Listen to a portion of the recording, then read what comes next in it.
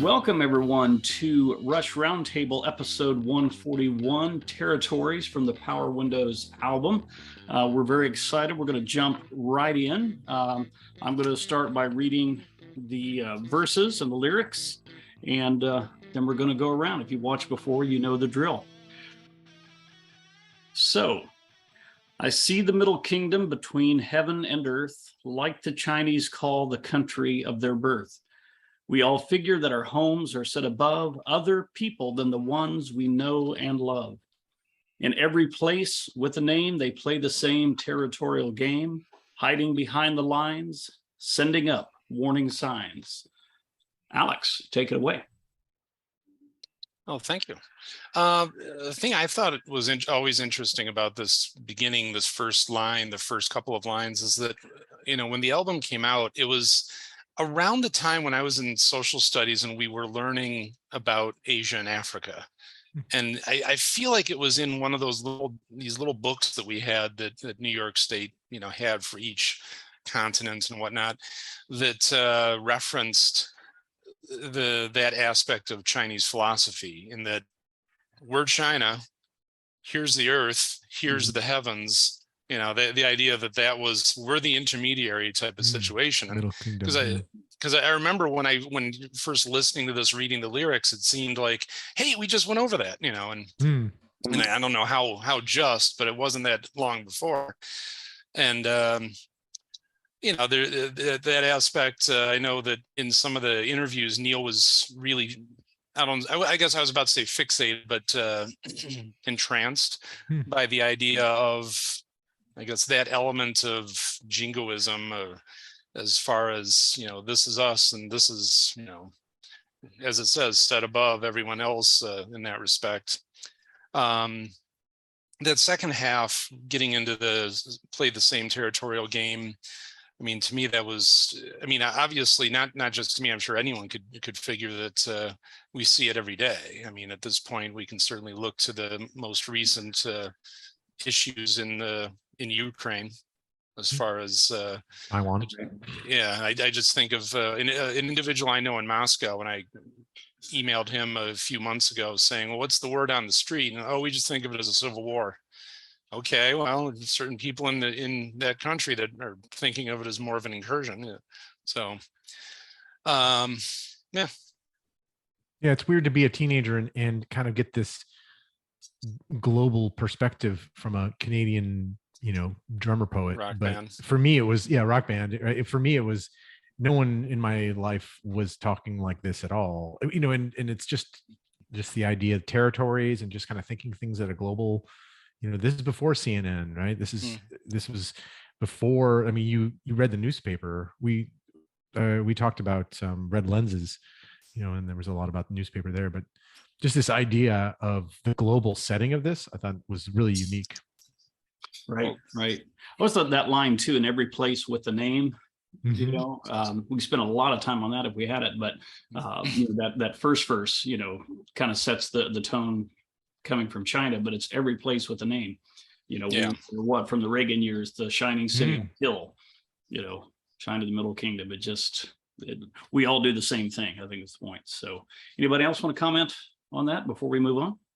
Yeah, I just feel like, like you guys said, I see all those parallels to now. And I was in junior high when this record came out, and that same thing. Like it was expanding my worldview, as a kid.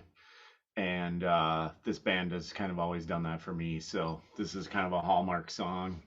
And this record, for sure, for me, is a super powerful one. From that imprint as a kid of like, what does all this mean? And you start digging into it all in different ways, and you're using references from school or your own reading. And there was all the stuff with the Cold War going on at that time too, and then like people looking at China as this third world country, but now, here we are almost 40 years later, and it's like it's a totally different ball game, and they're a global player, and you start seeing things as an adult from these wider perspectives. So I think it's just one of those tunes that hit that on the head for me and got me thinking about that throughout my whole life. Sure. Yeah, the more the things change, the more they stay the same. Oops, That's wrong right. song. Okay. So, moving on, the whole wide world, an endless universe, yet we keep looking through the eyeglass in reverse. Don't feed the people, but we feed the machines, can't really feel what international means. In different circles, we keep holding our ground. In different circles, we keep spinning round and round. Mr. Dave. Yeah, there's so much there that I just love. And I love this song so much that even just like when you're saying the lyrics, right? I was just listening to the song and watching. I was trying not to. Clockwork Angels, right? It just grooves so hard, man. It just, oh well, we can talk about it. This song grooves in a way that I hadn't ever felt a Rush song groove before when I first heard this, right? It just, there's a 4 on the floor and he's got the toms going and the wall bass. Anyway, such a great heavy groove. There's a lot, again, just like you said, there's a lot to be said that reflects to the now. Don't feed the people, but we feed the machines. Can't feel what international means. And the idea of looking through the eyeglass in reverse feels very now to the idea that we're so super hyper focused on ourselves, right? Everyone just looks at themselves, myself included, right? We're just here looking at ourselves. If I have flipping that telescope around the eyeglass, right, to where you can see a wider view instead of a more narrow view. And then again, with the wordsmith, there's so many interesting things between this song and Red Lenses. In different circles, we keep holding our ground. Okay, so holding our ground in these various circles, right? Again, back to territories, but in different circles. As a teenager, I never caught that was the different use of the word in different circles, right? As the word in different circles, we keep spinning round and round. I never caught that was a different use. And of course he did that because that's what he does so well, is write that differently, right? And now my head is spinning in different circles. Right. Excellent. Anybody else want to? Well, yeah, I mean, myself as a teenager looking at that, it was kind of like, ooh, because I was catching that, and it's just like, hey, all right, because yeah, you just thinking of that aspect of indifferent, it was kind of a case of, hey, look at this guy. Not that I expected any different, but it was, yeah, I was all over those lyrics, sitting there looking at the record jacket, in that respect. And then, yeah, like you said, as much, as far as things staying the same and changing, you just think, oh, this is exactly the same. Can't feed the people, but we feed the machines. And then even more so looking at, the eyeglass in reverse, like you were just saying, but it's different. It's the same, but it's different. Yeah. Yeah, exactly. I totally agree. A little shameless self-promotion here. I just recently started a new blog, Interpreting Rush, Philosophical Hermeneutics for the Greatest Band in the Verse. Nice. I'm a philosopher and a Rush nerd, so I just brought those two things together. And I just did a post, not my recent one, but the one before, on just that section.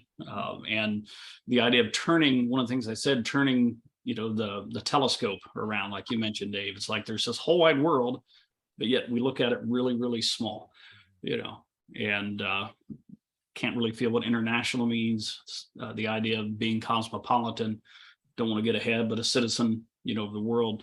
And yeah, it's like this was what, 1986, 1985, and here we are. Oh yeah. Right.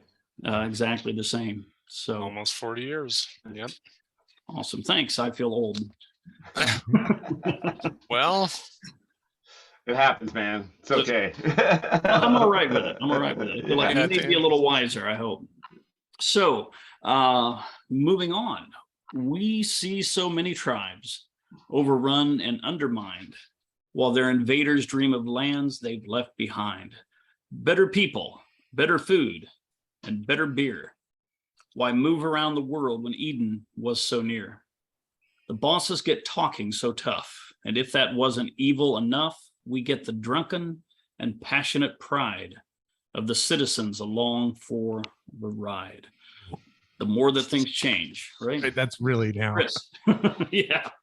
I mean, come on. Like, we've all lived through the last, couple election cycles, and we've seen this ramp up in a whole other way that we, as whatever, no matter what side you sit on politically, like, it's wacky, it's crazy, it's Mhm. more insane than it's ever been, and the polarization is just taking over. And that's but we see so many tribes overrun and undermined, while their invaders' dreams of land. I mean, that's to me is like colonialism, right? Which is now transferring to a nationalistic thought process. And then you have then patriotism versus nationalism, which is like a very different set of concepts governing the same sort of attitudes. And then better people, better food, better beer. That's I mean, I always looked at that as like the tie-in. Like, those people who were the colonialists were always like, thinking about back home, thinking about the people they liked, that they thought were better than all the people they were with, and all of and then their home beer, their home food, the things they couldn't get. But also, and so that to me is always like, again, a parallel to the telescope. Which way are we looking at it? Like, they're told by their government to go take over this country or to make something happen in this other place. And so they have their set of circumstances, and all they can do is try to keep that focus on themselves and not lose their own sense of who they are by imagining all the great things back home. But really, if they flipped that around and saw this wider perspective, maybe they would, feel a different thing. Or and there's examples throughout history of explorers doing amazing things and explorers doing horrible things. And I think that again has that flip too, of like, what way are you can you flip that telescope around every day? And that's something that I feel like a song like this kind of taught me, that again, like, try to keep a wider perspective, but also be able to analyze things from a deeper place or from a more personal place. And then bosses get sucking so tough. I mean, there's now we have corporate interests that are doing these things, as much as we have political interests that are doing these things across the globe. So that, to me, that's like some of Neil's like foreshadowing, and his ability to like read all this stuff and sort of make these bigger inferences of like what's gonna, like water rights in South America, who's, there's people buying that stuff up now. And all these different things that of course are not related to this song, but like, he's always been able to like tap into those wider views of things. And then again, that last couplet is so now, I have to think that the line, the bosses get talking so tough, Neil is an unabashed Who fan, right? And there's that sentiment, and what you were talking about, Chris, right? Meet the new boss, same as the old boss, right? And I Right. know that was at least not necessarily intentional, but he's drawing a thread, right? He is a huge Who fan, and they're just like what you mentioned about, we talk about with the drunken and passionate pride of the citizens along the right. He's talking about governments. He's talking about the citizens. And here he's talking about the bosses get talking so tough. Yeah. And I know I can see that line from here to, Bob O'Reilly. That's great. Awesome. Yeah, great. Totally. Yeah. Great connection. Great connection. Anybody else want to add anything? There's quite a bit there. Well, it also kind of draws back to, I just think of Witch Hunt, as far as the idea that they were standing outside the studio recording themselves as the mob. And that does kind of speak into a sense of demagoguery, as far as just the notion of someone vilifying the other for their own purposes. And yeah, not to eat up too much time here, but I was thinking of an article I read about one of the issues in Ukraine, as far as some of the conscripted soldiers being used to brutalize Ukrainians, because the true believers in the Russian army wouldn't be as apt to do so as people who are basically grabbed off the street. Their power was taken away from them, stuck in a uniform with a gun. And not that I'm going to get too involved, because one time, and two, it's pretty dark, so I don't want to bring the room down. But Yeah, just as we're all saying, it's just it's so now and so 37 years ago. I know a bunch of people who are watching this podcast or this YouTube just had their heads explode when I say Bob O'Reilly, and of course I meant Won't Get Fooled Again. There you I'm go. sorry to everybody that I had you have a Well, moment luckily, you choked on your beer. I gave you some time to remember it. I know, right? Sorry. Dave, all Sorry about that. comments. There was a knock on the door, and the classic rock police were looking for my bona fides. Hey, at least you didn't call it Teenage Wasteland. Right? See, yeah, So, got that going for the you. secret. Yeah, at least I got the secret handshake. It was the wrong handshake, but it It works. Yeah, it for works. sure. Good deal. Yeah, the last verse here, they shoot without shame in the name of a piece of dirt for a change of accent or the color of your shirt. Better the pride that resides in a citizen of the world than the pride that divides when a colorful rag is unfurled. I imagine Neil probably could have gotten in a lot of trouble or got a lot of backlash for that last line. A colorful rag. Some people will say, no, that's our flag. Don't call it a rag. Right? There's that pride that goes with that. But what sticks out to me about this particular verse is that, you have this idea of being a citizen of the world. Yeah, I'm a citizen of the United States or, Canada or wherever you're from, but better the pride that kind of comes along with our common humanity, than the kind of pride that divides us from everyone else. I think I made the comment, I'm going to plug my blog here again. I'm going to make the comment on it that, what we tend to do is, this pride that divides. If your national pride has to shoot other people down, literally or figuratively, you're doing patriotism very wrong. And I think that's what Neil was pointing out. Pride shouldn't divide, pride should unite. And then, backing up, they shoot without shame. Why? In the name of a piece of dirt. We love the earth, we love our country, we love our flag, all of these things. But Neil's saying, hold on, at the end, this is a piece of dirt. It's a colorful rag. What's really important, and again, he didn't use these words, but our common humanity, and being a citizen of the world. So powerful verse, powerful song all the way through. Anybody else? Dave, Alex, Chris, feel free to jump on into. Well, whoever wants to go. Chris first. All right. I mean, this is it's like the end cap to the whole idea, right? Like it's and there's a huge change musically here too, right? It breaks down and then it goes to this thing and then it builds back up. And the one of the things that's pretty cool about this record, but this song in general, is that each of the chunks that we kind of analyzed, it plays into their whole the Rush philosophy or the Rush energy at that time. Of arrangements were very important to them, how things unfolded within the song and the events that were used in the song to, they can be very music concrete if you want to get really serious about it. They take these ideas from the music and they try to intermingle them with the lyrics, and they, where it's not just a chord progression to them, it's like a series of builds that make a point and then they go into the next section.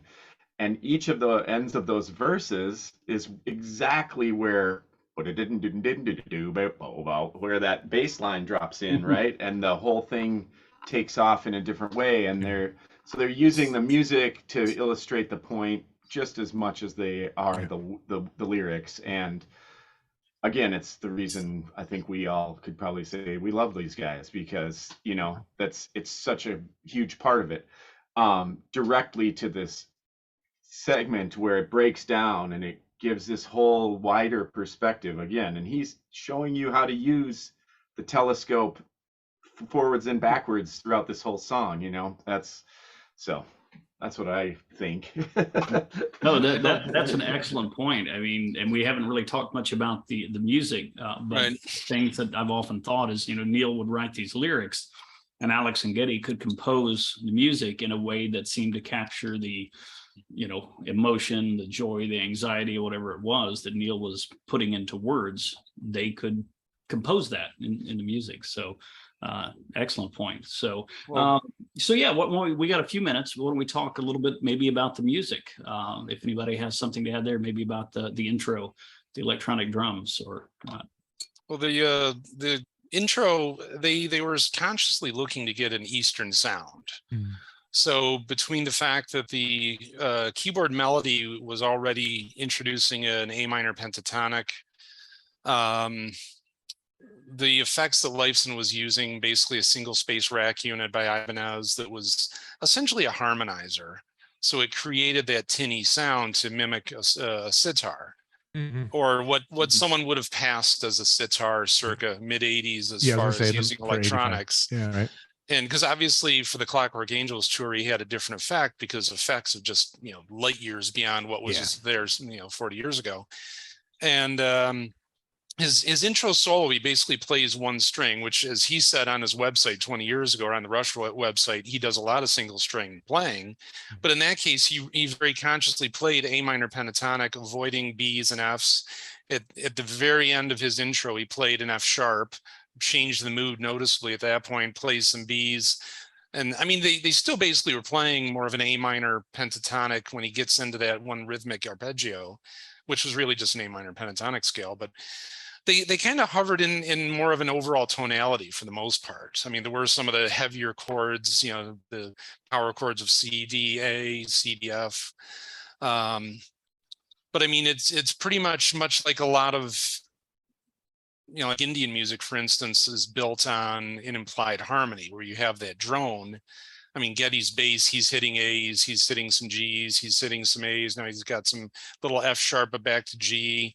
So, I mean, he's not really droning, and he does have the active bass line that Chris mentioned a couple minutes ago. But for a lot of this, it really does hit on, as I say, kind of there are these melodies that are an overall tonality, like in the verse sections.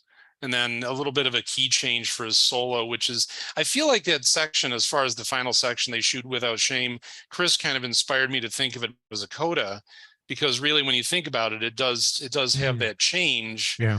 Because originally, before we began, we were thinking, is that the verse? And so, it's sort of, that seems more coda-like, I guess, when you think about it. Yeah. Yeah, I like the Neil's stuff is really counterpoint, where he comes in after the sort of the driving hi-hats. He comes in with that 4 on the floor, right, where it's got the bass drum that's just moving. And then he undoes it all, right? For the verse, the chorus, where he's doing that drum machine thing again, right?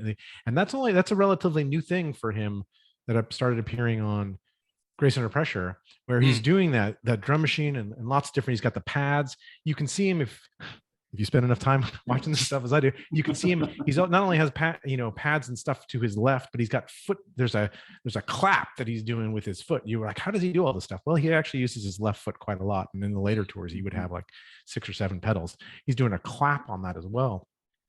But then he'll turn it around to like almost the basic rock beat, which is that 4 on the floor, right? It's just back to driving again with that bass line. Like they really.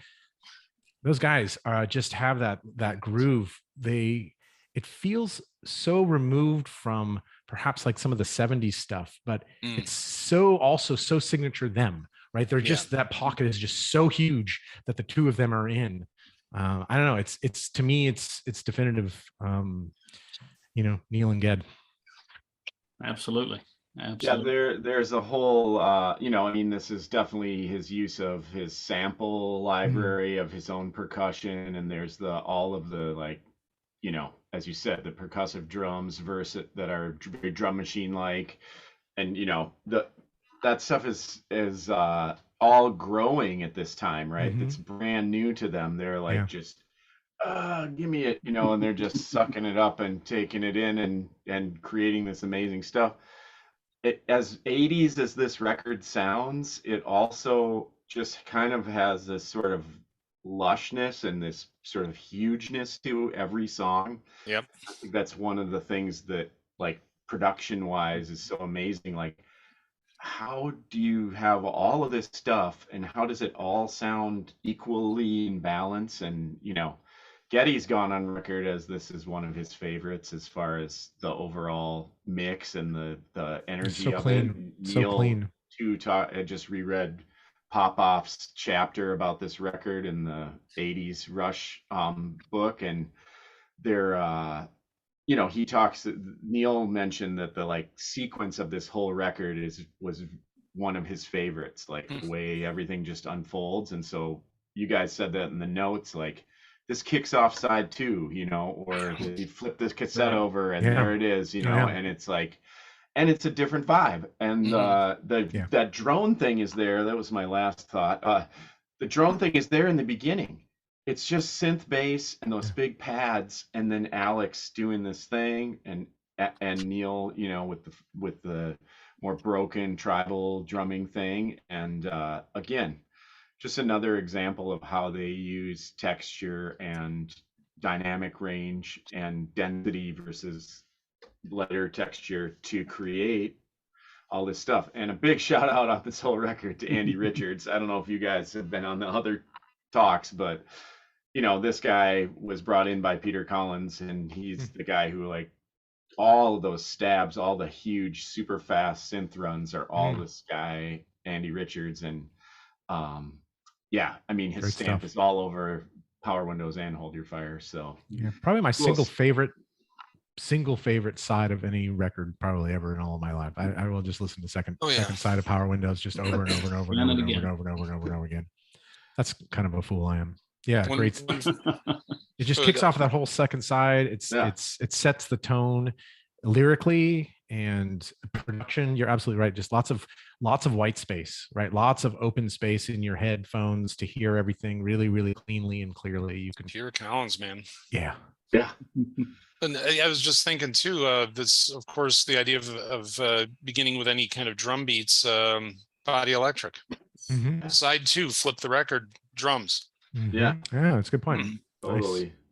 Nice. There's so many cool little thematic things that they've used over the years. It's like when you start analyzing live sets and you realize where, oh wow, they had a formula. They didn't use the same songs, but they had a formula to what they were, how they constructed them. It's cool. Yeah, they're always thinking bigger picture, man. Always. You can't stop thinking big. Exactly. So, well, awesome, guys. Thank you all so much. This was a terrific discussion as always. We're going to wrap it up here. Want to thank all of you for watching. Like the video, subscribe. A lot of things to talk about. Add your comments. What do you think? Do you agree with us? Disagree with us? Have more to add? Things that we missed that you wish we would have talked about? Add those in the comments. And then finally, share it. Share it with your friends. Let's get the word out. So great. Keep tuning in. Power Windows will continue with a very future episode very soon, I'm sure. Until then, thanks everybody, and bye-bye. See you next time. Thanks, y'all.